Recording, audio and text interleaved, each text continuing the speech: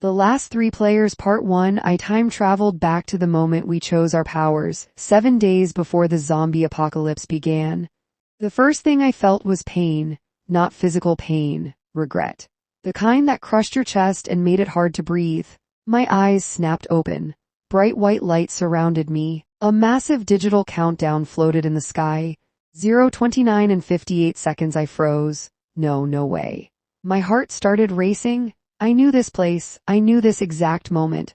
Around me stood thousands of people inside an enormous white hall. Everyone looked confused. Everyone looked scared. And beside me stood my two best friends, Maya and Chloe. For a second I couldn't move. I just stared at them. Alive, human, not frozen in time, not infected. Alive. Maya asked. Why are you staring at us like that? I almost cried. Because the last time I had seen Maya, half her body had already transformed into a zombie. And Chloe? The last time I saw Chloe, she was trapped between seconds, frozen forever after exhausting her time travel ability. I grabbed both of them. What the? Maya yelped. We don't have much time, I said. Both girls looked confused, then I looked upward. The giant countdown continued ticking. 29 minutes. The game was about to begin. Exactly like before, except this time I remembered everything. Every mistake, every death, every betrayal, and I wasn't going to let history repeat itself. 7 days earlier, a message had appeared on every screen on Earth. Phones, computers, televisions, billboards, even digital watches. One sentence appeared everywhere. Welcome to the survival game. At first everyone thought it was a prank. Then the second message arrived. In 7 days the zombie apocalypse will begin. Panic spread across the world. Governments denied it. Scientists dismissed it. News channels argued endlessly. Then strange portals began appearing around the planet. That was when people realized something impossible was happening. On the 7th day, everyone was teleported into the White Hall. And now I was back before everything went wrong. Mia, Chloe said, what's happening? I took a deep breath. I'm about to say something that sounds insane. Good start, Maya muttered. I've already lived through this. Silence. They stared at me. What? I mean it. I quickly explained. The powers, the zombies, the months of survival, the betrayal. Everything. At first they didn't believe me. Then I started predicting things, the announcements, the countdown, the choices, every detail. Slowly their expressions changed. Fear replaced disbelief. Because everything I said happened exactly when I said it would. Then the sky spoke.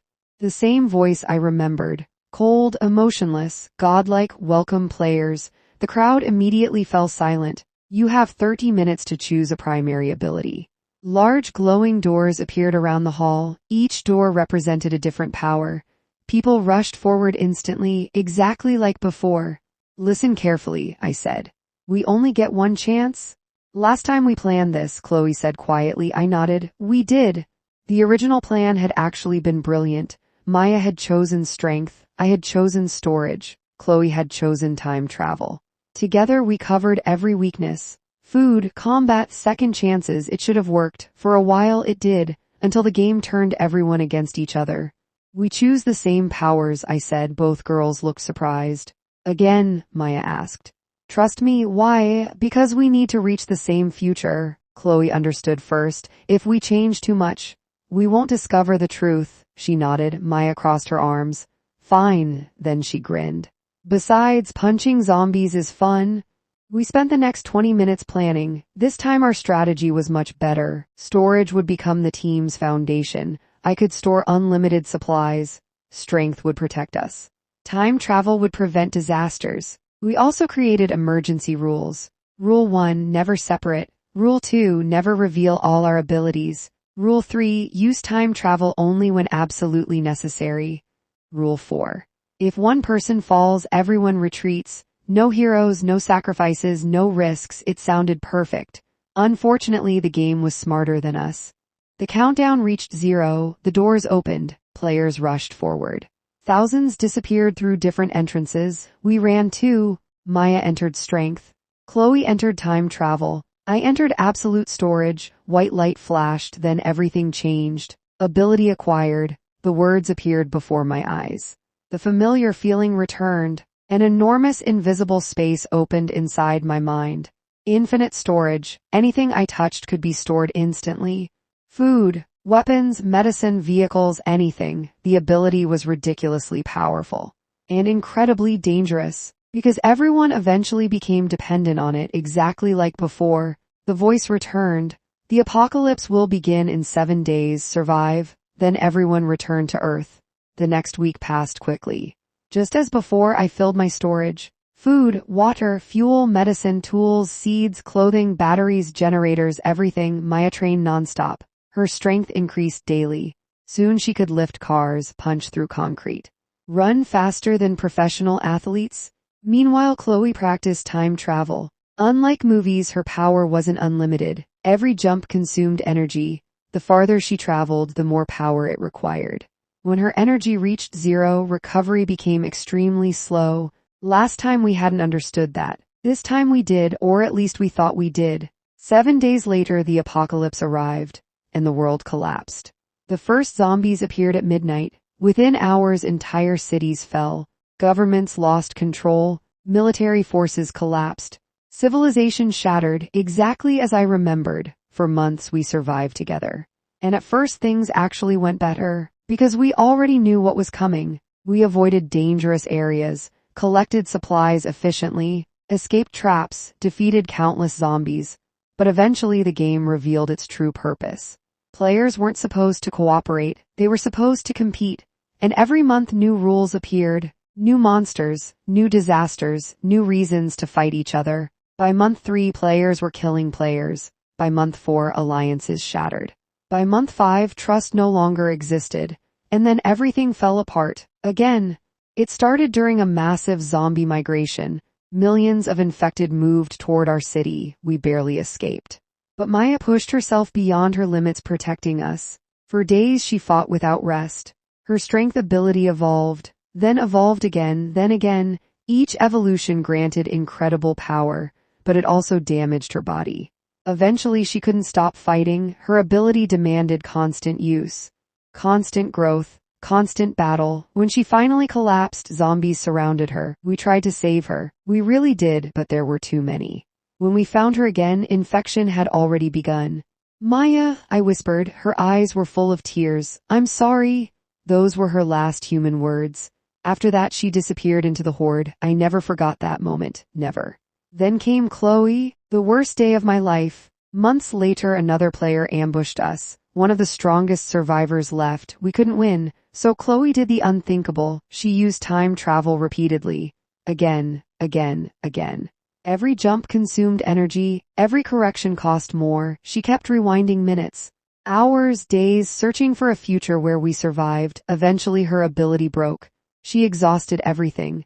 Her body froze, not dead, not alive. Trapped outside time itself. The game couldn't even recognize her condition. She simply stopped moving forever, leaving me alone. Then the announcement arrived. The one that changed everything. Only one player may survive. The world exploded into chaos. Remaining alliances collapsed instantly. People hunted each other. And then they came for me because I possessed absolute storage. All the food, all the medicine, all the supplies, everyone depended on me. And they believed killing me would release everything. Including Maya, including Chloe, my friends, or what remained of them. They attacked together, and eventually they succeeded. As darkness consumed me, I remember one final thought. At least it would be over. Then Chloe's emergency time anchor activated. The final piece of power she had secretly prepared, and suddenly I woke up. Back here, back at the beginning, back before any of it happened. Back before we lost everything, and this time, I intended to win together. The moment I finished telling the story of our first timeline, the giant countdown above us flashed red. 0:02 and 17 seconds. My stomach dropped. What does that mean? Maya asked. I looked up. Then my eyes widened. Oh no, what? The timer. Chloe followed my gaze. Her face immediately lost color. The three of us had spent almost the entire selection period talking. In the previous timeline, we had rushed straight to our abilities. This time we had wasted precious minutes discussing the future. The giant hall was almost empty now. Thousands of players had already chosen their powers. Only a handful remained. The countdown continued falling. 0:02 and 4 seconds, 0:02 and 3 seconds, 0:02 and 2 seconds. We have to move, I shouted. The three of us sprinted toward the ability doors, exactly like before. Storage, strength, time travel. The same abilities, the same plan, the same future, or at least that was supposed to happen. Then everything went wrong. Again. Halfway across the hall the ground shook. A new announcement echoed through the chamber. Warning. Special event detected. Everyone stopped moving. What now? Maya asked. The voice continued. A player has successfully returned from a future timeline. My heart nearly stopped. It knew. The game knew. Thousands of glowing symbols appeared across the ceiling. Then another message appeared. Timeline integrity compromised. I didn't like the sound of that, not one bit. The countdown reached 30 seconds. Players began panicking. Some ran randomly toward doors, others screamed. The hall became chaos. Forget everything, I yelled, just get your powers. We rushed forward. The door to time travel was closest. Chloe reached it first. White light swallowed her. Gone. Next was storage. I dove through the entrance. The familiar feeling filled my body. Ability acquired, absolute storage success. Relief washed over me. I had it. I still had it. I immediately turned to find Maya. She was running toward strength, only a few meters away. Then the countdown hit 0. Everything froze. A deafening sound shook the hall. The ability doors shattered. The remaining unchosen powers exploded into floating spheres of light. Maya skidded to a stop. What happened? The voice answered. Selection period ended. Unclaimed abilities will now be randomly assigned. A dozen glowing spheres shot across the room. One struck Maya directly. White light erupted around her. When it faded, she stared at her hands. What? The voice spoke again. Ability acquired, wind control silence. Maya blinked. I blinked. Wind control? That's not strength. No kidding. Another sphere shot across the hall. It hit Chloe as she emerged from the time travel portal. A wave of blue light surrounded her. Ability acquired, water control. Chloe stared. I have 2 abilities. My eyes widened. Wait, if Chloe gained water control and Maya gained wind control, then what happened to strength? Another golden sphere suddenly descended from above. Unlike the others, it floated directly toward me. The entire hall went silent. The sphere touched my chest. Warm energy flooded through my body.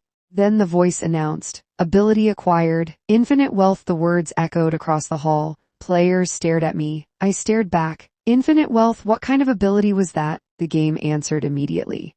A screen appeared before me. Balance, unlimited. A long string of numbers continued infinitely. My jaw dropped. No way, Maya laughed. You literally became rich. The first thing Chloe said was, that's broken. And she was right. Very broken. A few minutes later we reappeared on Earth. The second timeline had officially begun, and now everything was different. We still had storage, but now I also possessed infinite wealth. Maya had wind control. Chloe had water control. We had accidentally become much stronger than before. The question was how to use those powers. We met inside my apartment and spent the entire evening planning. Unlike before, we now possessed knowledge from the future. We knew zombies would appear. We knew cities would collapse. We knew food shortages would happen. We knew players would eventually kill each other. The challenge wasn't surviving zombies. The challenge was surviving the game. We covered the walls with notes, maps, ideas, possible safe zones, escape routes. Hours passed, then Maya suddenly sat upright. I have an idea. What if we don't stay on land? The room fell silent. Chloe frowned. What do you mean? Maya pointed toward a map of the ocean. Think about it. Most zombies stay on land. I slowly nodded. So why stay where everyone else is? That single question changed everything. The next day we researched nonstop. And the more we investigated, the better the idea became. Zombies couldn't swim effectively. Most players would fight over cities, resources, shelters, weapons.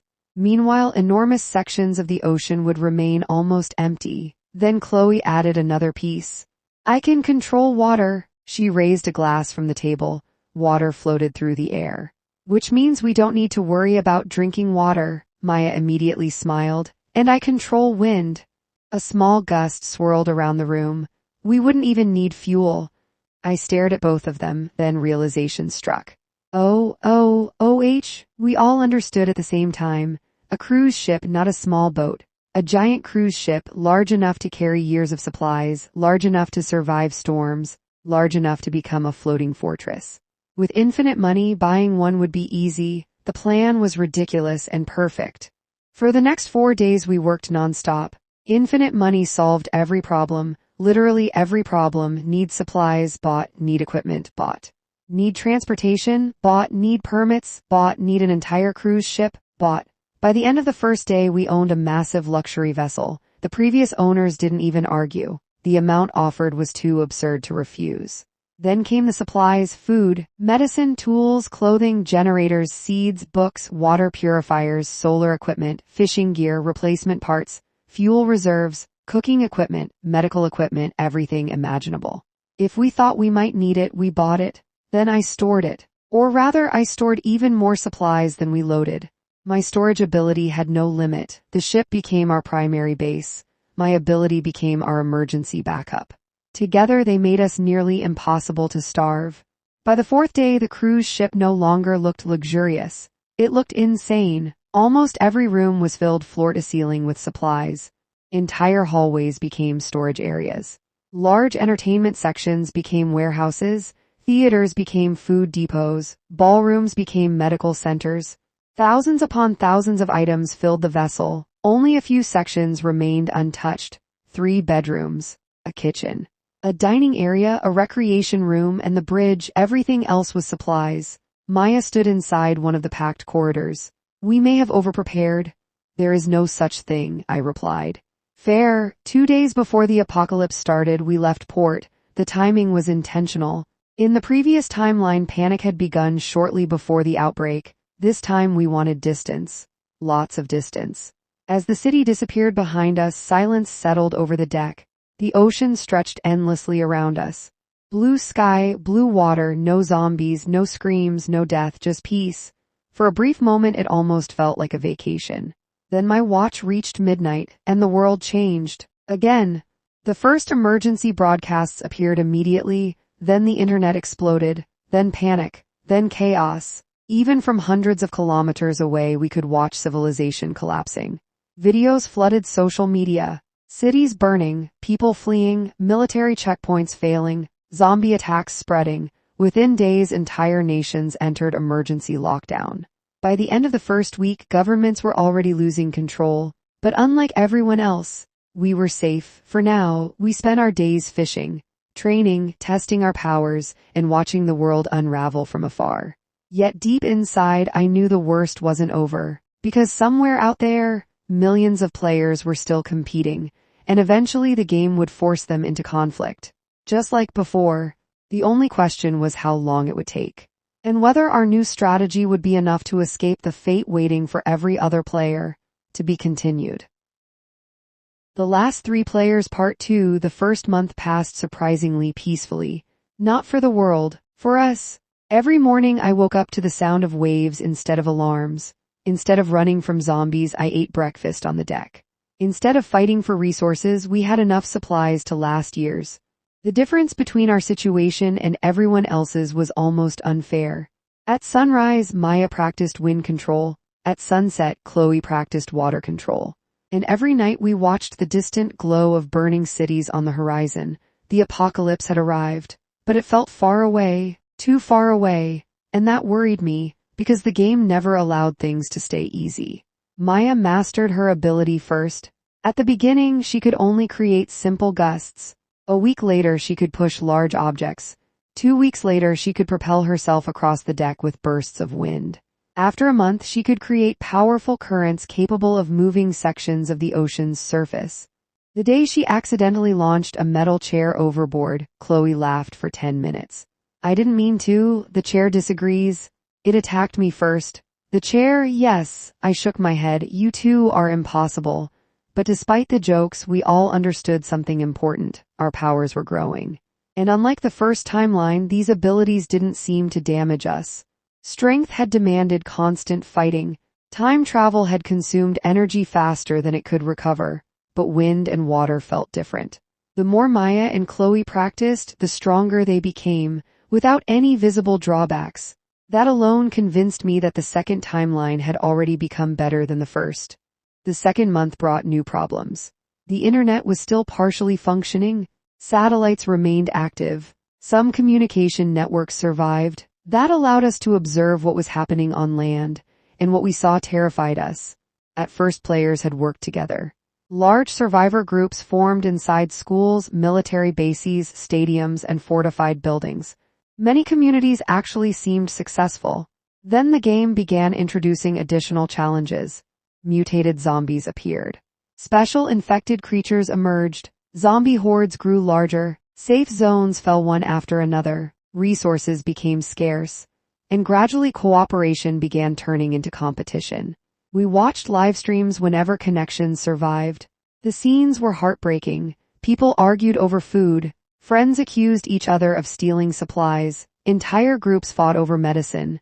Some survivors became heroes. Others became monsters. Humanity wasn't only fighting zombies anymore, it was fighting itself. One particular alliance became famous. They called themselves the Fortress. Nearly 300 players gathered inside an old military installation. For a while they looked unstoppable. They had weapons, food, vehicles, defenses. The internet treated them like humanity's last hope. For weeks they survived every attack.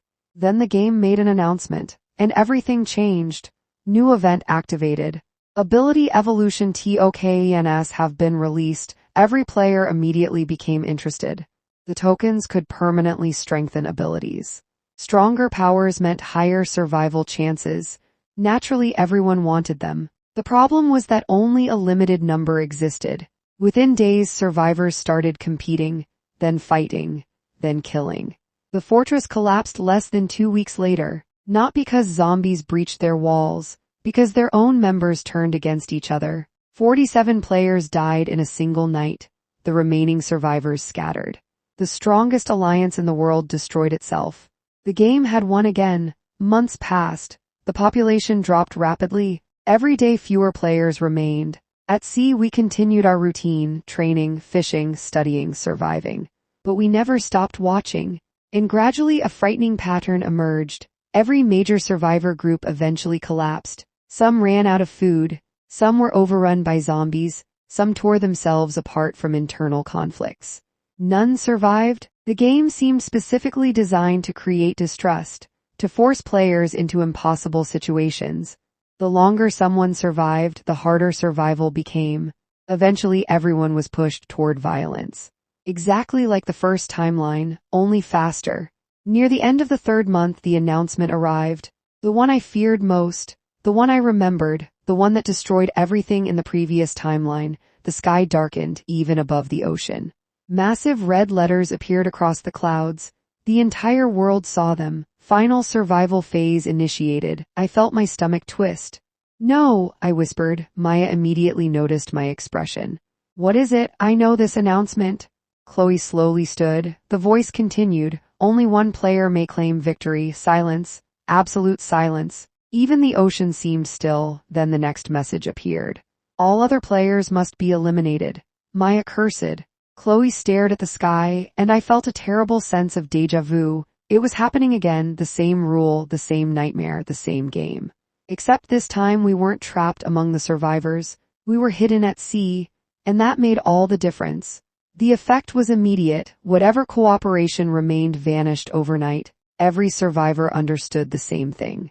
Eventually, only one person could win. Friendships shattered. Alliances dissolved. Trust disappeared. The internet filled with betrayal stories. Former teammates hunted one another. Groups split apart. Some players surrendered to despair. Others became ruthless. The death rate skyrocketed. Within weeks, thousands of remaining players disappeared. Many died fighting zombies. Many died fighting each other. The game didn't care. A death was a death. And every death reduced the number of competitors. One evening we sat in the ship's dining room watching an old survivor broadcast. The signal was weak. The image constantly flickered, but the message was clear. The survivor on screen looked exhausted. Behind him, a city burned.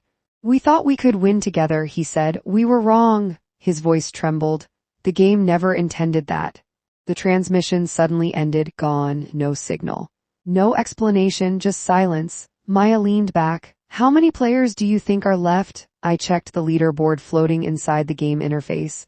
The number shocked me. 322. Chloe nearly dropped her cup. That's it. When the apocalypse began, there had been millions, now only a few hundred remained, and the number kept falling every day. By the fourth month the world had become unrecognizable. Entire countries were silent. Cities stood abandoned. Roads were empty. Civilization had effectively ended. Meanwhile, our cruise ship continued drifting safely across the ocean. The contrast felt surreal. One world burned. The other floated peacefully across blue water. Sometimes guilt bothered me. Why were we surviving so easily while everyone else suffered? Then I remembered the first timeline. The betrayals, the deaths, the hopelessness, and the guilt faded. We had earned this second chance. The discovery happened completely by accident. It started with a joke, a stupid joke, the kind that changes everything. Maya was scrolling through her game menu while we ate dinner. She suddenly laughed. What? There's literally a button called Remove Player. Chloe blinked. Wait, what? Maya turned her screen around. Sure enough, hidden deep inside the menu was an option. Remove player from game. We stared at it. None of us remembered seeing it before. Why would that exist? Chloe asked. I frowned. It shouldn't.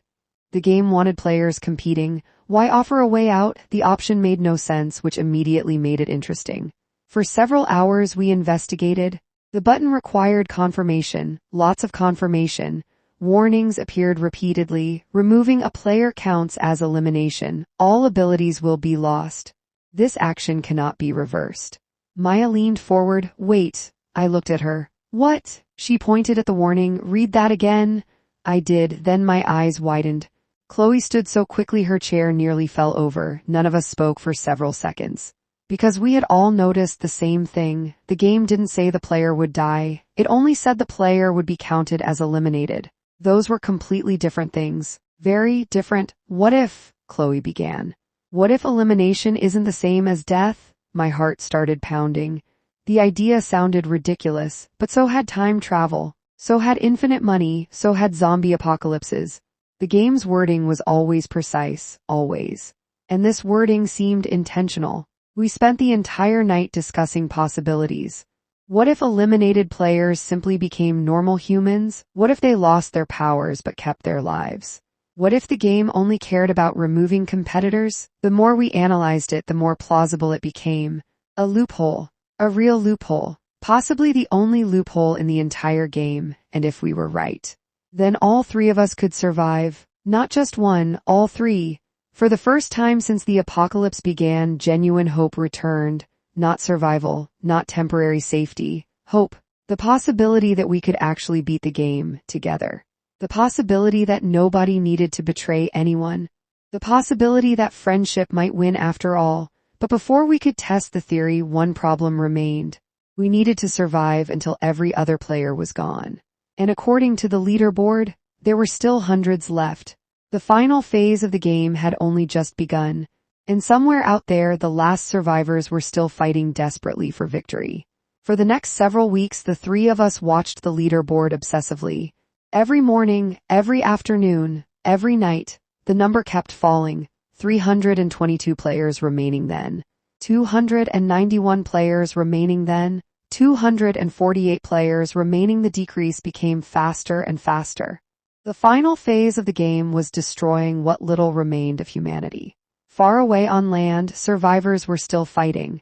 Not because they wanted to, because the game forced them to. Every remaining player knew that only one winner could exist. And every day that rule pushed people closer to desperation. One evening we managed to intercept a weak broadcast from the mainland. A group of 12 players had barricaded themselves inside a shopping mall. At first things seemed normal. Then the argument started. We agreed to share supplies. We don't have enough anymore. You're lying. The broadcast ended with gunfire. The next morning the leaderboard dropped from 12 players in that region to only 3. Nobody said anything during breakfast. We already knew what had happened. As the months continued, powerful survivors emerged. The weakest players disappeared first, then average players. Eventually only the strongest remained. Some possessed terrifying abilities: fire manipulation, lightning control, teleportation, metal control, enhanced regeneration. We learned their names through broadcasts and survivor reports.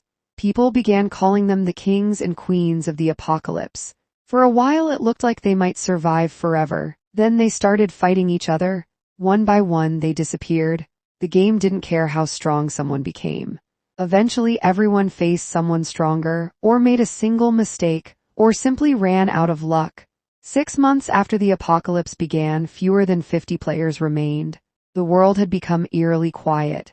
Cities stood empty. Roads cracked, buildings slowly decayed, zombie hordes wandered without purpose. Nature had already begun reclaiming abandoned places. Meanwhile, our cruise ship continued drifting peacefully across the ocean. We had enough food, enough water, enough supplies, enough hope. For the first time, I genuinely believed we might win. Then the number dropped to 10. That was when everything became tense. Very tense, because every remaining player was incredibly dangerous. Any one of them might somehow discover our existence. Any one of them might come after us. For several days we barely slept. We monitored communications constantly, prepared emergency plans, reviewed escape routes, checked supplies repeatedly, but nobody came. Nobody even seemed aware we existed. While everyone else fought over the remains of civilization, we remained hidden by thousands of kilometers of open ocean. The cruise ship had become our greatest weapon, not because it could fight, because nobody thought to look for us. Then the number dropped again. 10987. Every update felt unreal.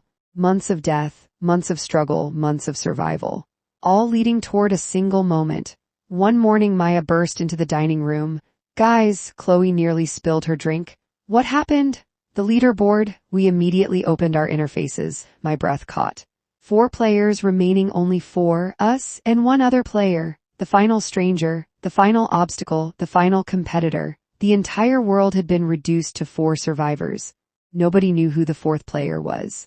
For nearly a week we searched every surviving communication channel. Nothing, no broadcasts, no sightings, no clues, just silence.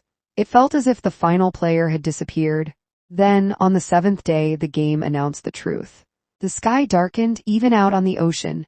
The familiar voice echoed across the world. Player eliminated. We froze. A moment later the leaderboard updated. 3 players remaining, that was it. No dramatic battle, no final showdown. The last competitor was simply gone. Somewhere, somehow, the final survivor had fallen, and now only we remained. For several minutes none of us spoke. We simply stared at the number. 3. Only 3 millions had entered the game. 3 remained, us. The same 3 friends who had stood together in the selection hall. The same 3 friends who refused to betray each other. The same 3 friends who had found a loophole. Maya finally broke the silence. So, Chloe looked at her. So, I slowly smiled. I think it's time. That evening we gathered on the ship's upper deck. The ocean was calm. The sky was clear. For the first time in months there was no fear, no danger, no uncertainty. Only one final decision. The remove player option remained visible in our menus. Waiting. Last chance to back out, Maya said. Not happening. Chloe nodded. We came this far together. I looked at both of them. Back in the first timeline I had watched them disappear. Maya had become infected. Chloe had sacrificed herself. I thought I had lost them forever. Now they stood beside me again. Alive, smiling, hopeful. I wasn't losing them a second time. Let's test it. Maya took a deep breath, then she pressed the button. Immediately a warning appeared. Remove player from game. You will lose all abilities. You will forfeit claim to victory. Confirm. She glanced at us, then pressed confirm. White light surrounded her. Wind swirled around her body one final time. The air trembled, then everything stopped. The light vanished. Silence. We stared. Maya blinked, then laughed. I'm alive. Chloe nearly tackled her with a hug. It worked. I checked the leaderboard. 2 players remaining, the game considered Maya eliminated, yet she stood right in front of us, breathing, laughing, alive. The loophole was real. A few minutes later Chloe did the same thing. The process repeated exactly. The water floating around her disappeared. Her power vanished. The game removed her from the competition. But she remained alive. When the light faded, tears filled her eyes. We actually did it. The leaderboard updated once again. 1 player remaining, only me, only 1 active competitor, the official winner. The world shook. A massive golden light erupted across the sky. The game's final announcement echoed everywhere. Victory condition achieved. Winner confirmed. Player MIA heart. For several seconds the ocean itself seemed to glow. Then another screen appeared before me, a reward notification.